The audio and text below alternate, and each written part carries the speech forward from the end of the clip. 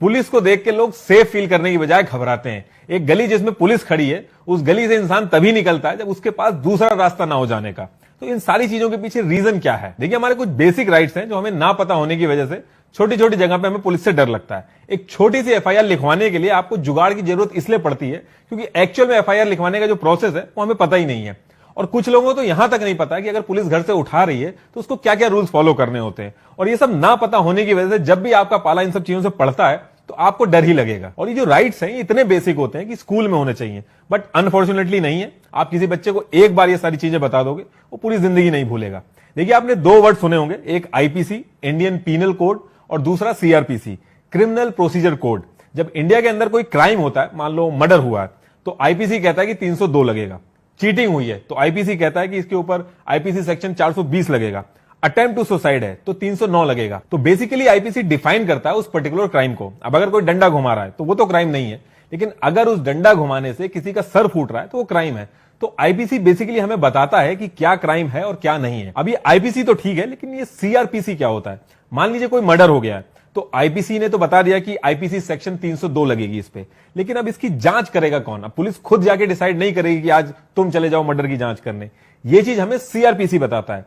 CrPC हमें बताता है कि एक पर्टिकुलर केस की जांच किस रैंक का ऑफिसर करेगा, उसका प्रोसीजर क्या होगा और क्या क्या स्टेप फॉलो होंगे। इसको आप इस तरीके समझिए, मान लीजिए आप किसी कॉलेज में गए, वहां पे आपको दो मैनुअल मिले हैं।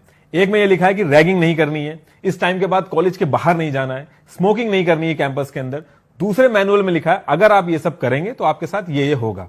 तो जो पहले वाला मैनुअल है वो आईपीसी हो गया और दूसरा वाला जो मैनुअल है वो सीआरपीसी हो गया। तो मैं एक एग्जांपल लेके समझाता हूं कि इंडिया के अंदर जब कोई क्राइम होता है तो उसका पूरा प्रोसेस क्या होता है, ताकि आप अपनी जरूरत के हिसाब से उसमें से चीजें समझ लें।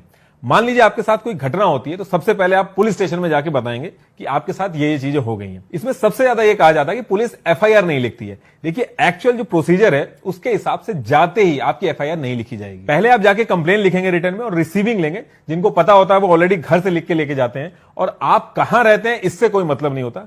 जिस एरिया में आपकी लड़ाई हुई है, झगड़ा हुआ है या क्राइम हुआ है, उस एरिया के पुलिस स्टेशन में आपको कंप्लेन करनी है। आपने देखा होगा कि पुलिस वाले परेशान करते हैं कि हमारे एरिया का केस नहीं है, आप दूसरे स्टेशन पे जाइए। इसलिए कुछ लोग अपनी कहानी उसी स्टेशन के इर्द गिर्द रखते हैं जिस स्टेशन में वो कंप्लेन करने जा रहे हैं। लेकिन आपको एक चीज का ध्यान रखना है कि आप चाहे कोई भी सिचुएशन हो जाए, आपको किसी भी स्टेज पे झूठ नहीं बोलना है, वरना पुलिस वाले अपनी मनमानी करेंगे और आप कुछ नहीं कर पाएंगे। तो जब भी कोई इंसिडेंट आपके साथ होता है तो आप पुलिस स्टेशन में जाएं, वहां पे एक रिटन कंप्लेन दें और एटलीस्ट 72 आवर्स तक वेट करिए। क्योंकि रूल के हिसाब से जब आप कंप्लेन करते हैं उसके बाद पुलिस वहां जाती है, पता करती है, आसपास के लोगों से बातचीत करती है, और फाइनल चार्जशीट जब एक्सेप्ट हो जाती है तब मुकदमा शुरू होता है और ट्रायल की डेट दी जाती है। अब कोर्ट के अंदर हर एक चीज डिस्कस होती है, गवाह आते हैं, सबूत दिए जाते हैं जज के सामने, और उसके बाद जज फैसला सुनाता है। मान लीजिए इसके बाद आपको अपराधी बता दिया जाता है तो आप हाई कोर्ट में जाके अपील कर सकते हैं, और वहां से भी अगर आपको लगता है कि फैसला आपके हक में नहीं है तो आप सुप्रीम कोर्ट जा सकते हैं। देखिए, 3 कोर्ट होते हैं इंडिया में, पहला लोअर कोर्ट, दूसरा हाई कोर्ट और तीसरा सुप्रीम कोर्ट। जिस डिस्ट्रिक्ट में क्राइम होता है उस डिस्ट्रिक्ट के कोर्ट में केस जाता है। हर स्टेट में एक हाई कोर्ट होता है और पूरे इंडिया में एक सुप्रीम कोर्ट है। ये जो हाई कोर्ट और सुप्रीम कोर्ट है, यहां ऐसा नहीं होता है कि दोबारा से सारे गवाह आते हैं, सारा डिस्कशन दोबारा होता है। जो जजमेंट लोअर कोर्ट ने दिया होता है उसको ही रिव्यू किया जाता है, और अगर हाई कोर्ट और सुप्रीम कोर्ट को लगता है कि इसमें किसी गवाह को सही से ग्रिल नहीं किया गया है या कोई चीज रह गई है, तब उस केस में कोर्ट चाहे तो बुला सकती है, वरना जो जजमेंट आया हुआ है लोअर कोर्ट से उसी को रिव्यू किया जाता है। और जब हाई कोर्ट और सुप्रीम कोर्ट से भी आपको सजा सुना दी जाती है, फिर उस केस में आपको सजा काटनी होती है, उसको कोई नहीं रोक सकता है, और जो आप बेल ले रहे होते हैं वो भी आपको मिलना बंद हो जाती है, सिर्फ पैरोल मिलता है। अभी बेल और पैरोल में डिफरेंस क्या होता है? देखिए, जब तक आपका जुर्म साबित नहीं होता है तब तक आपको क्रिमिनल नहीं माना जाता है, और ऐसे केस में अगर कोर्ट को लगता है कि केस अभी चल रहा है, जुर्म साबित नहीं हुआ है और बाहर जाके जो एविडेंस है उनको अभी खराब नहीं कर सकता, तो सिचुएशन देख के कोर्ट बेल दे देता है। लोअर कोर्ट ने फैसला सुना दिया, उसके बाद आपने हाई कोर्ट में अपील कर दिया है, तो अभी भी आपका केस चल रहा है, तो इसका मतलब कि आप अभी क्रिमिनल साबित नहीं हो।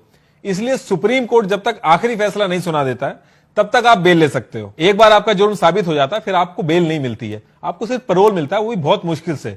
पैरोल भी तभी मिलता है आपको जब बहुत ही जरूरी हो, कोई मर गया हो घर में, कोई बच्चा हुआ हो या घर में कोई शादी हो। एक सिचुएशन और होती है जिसमें सुप्रीम कोर्ट की सजा देने के बाद भी एक मौका और होता है आपके पास, वो होता है डेथ पेनल्टी के केस में। अगर आपको फांसी की सजा सुनाई गई है तो उस केस में आप मर्सी मांग सकते हैं प्रेसिडेंट ऑफ इंडिया से। लेकिन ऐसा नहीं है कि प्रेसिडेंट ऑफ इंडिया खुद से डिसाइड करते हैं कि क्या करना है। जो भी मर्सी मांगता है उसकी मर्सी पिटीशन को हमारे प्रेसिडेंट होम मिनिस्ट्री में भेजते हैं रिव्यू के लिए। फिर होम मिनिस्ट्री भी खुद से डिसाइड नहीं करती है, वो जिस स्टेट में क्राइम हुआ होता है उस स्टेट की होम मिनिस्ट्री को भेजती है। फिर उस स्टेट की होम मिनिस्ट्री जो रिवर्ट करती है उसके ऊपर कैबिनेट बैठती है और प्रेसिडेंट ऑफ इंडिया को वो रिपोर्ट भेजी जाती है और उसके हिसाब से प्रेसिडेंट ऑफ इंडिया हाँ या ना करते हैं और वो फाइनल होता है। और यही रीजन है कि इंडिया में जो भी केस चल रहे होते हैं उनमें इतना टाइम लगता है। हम उसमें क्या ही कर लेंगे। देखिए, ऐसे केस में पुलिस वाले जो कह रहे हैं उस पर्टिकुलर टाइम पे आप उनकी बात मान लीजिए और जैसे ही वहां से आप फ्री होते हैं उसके बाद आप कार्रवाई कर सकते हैं। अब वो करना क्या है आपको? देखिए, पहली चीज तो आप जो एसएचओ है, डीआईजी है, उसको आप कंप्लेन कर सकते हैं। अब आप कहोगे कि पुलिस स्टेशन में जाके पुलिस के खिलाफ ही कंप्लेन करेंगे, इससे कुछ होना नहीं है, बल्कि उल्टा पुलिस परेशान करेगी। देखिए, अगर आप पुलिस स्टेशन नहीं जाना चाहते हैं तो आप स्पीड पोस्ट के थ्रू भी कंप्लेन कर सकते हैं एसएचओ को या फिर डीआईजी को, और रिसिप्ट अपने पास रखिए एज अ प्रूफ। उसके बाद आपको एक एक complain PCA, police complaint authority और सेंट्रल विजिलेंस कमीशन में करनी है। और अगर इन सारी चीजों में भी टाइम लग रहा है, आपकी सुनी नहीं जा रही है, तो अपने लॉयर से बात करिए, जो सारी कंप्लेन है इनके प्रूफ लेके कोर्ट से एफआईआर करिए उस पुलिस ऑफिसर के ऊपर जिसने आपके ऊपर हाथ उठाया है। एक बार एफआईआर हो गई तो आप ये बात ध्यान रखिए कि वो पुलिस ऑफिसर आपके घर के आगे पीछे दिखेगा, आपसे माफी मांगेगा, क्योंकि उसको भी अपनी जॉब से बहुत ज्यादा प्यार है। आपको बिल्कुल भी टॉलरेट नहीं करना बिना आपकी गलती के कोई आपको मार रहा है, गाली दे रहा है, 24 घंटे ज्यादा आपको पुलिस स्टेशन में रख रहा है। जिन केसेस में आप देखते होंगे 24 घंटे ज्यादा पुलिस रख रही है, 3-3, 4-4 दिन तक रख रही है, उसमें सिंपल पुलिस ये करती है कि एंट्री ही नहीं करती है और 3-3, 4-4 दिन तक रखती है।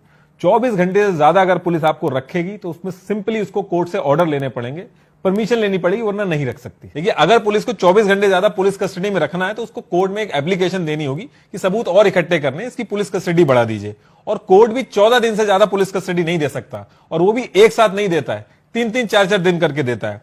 तब जाके 24 घंटे ज्यादा पुलिस अपने पास रख सकती है किसी को। अब मान लीजिए 14 दिन पूरे हो गए, अब उसके बाद क्या?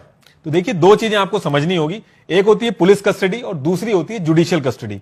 पुलिस कस्टडी जो पुलिस रखती है अपने पास, जुडिशियल कस्टडी यानी कि अब आप मजिस्ट्रेट की निगरानी में रहेंगे पूरे केस के दौरान। अब मजिस्ट्रेट अपने घर पे तो रखेगा नहीं, इसलिए एक अलग से जगह में रखा जाता है, उस जगह को कहते हैं जेल। और जुडिशियल कस्टडी में भी 14 दिन से ज्यादा नहीं रखा जाता है। 14 दिन के बाद फिर से अप्रूवल लेके जुडिशियल कस्टडी बढ़ती है, और ये हर 14 दिन पे तब तक बढ़ती है जब तक या तो आपको बेल मिल जाए, या फिर आप निर्दोष साबित हो जाए, या फिर आपका केस क्लोज हो जाए।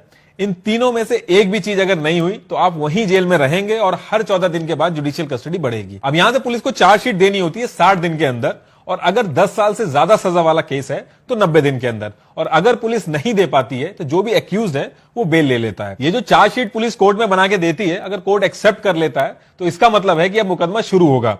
और ऐसा नहीं है कि जो चार्जशीट पुलिस ने बना के दे दी है वो फाइनल हो जाती है। कोर्ट को अगर लगता है कि कुछ धाराएं जबरदस्ती लगाई गई हैं एविडेंस के हिसाब से, तो उसको हटा भी सकता है।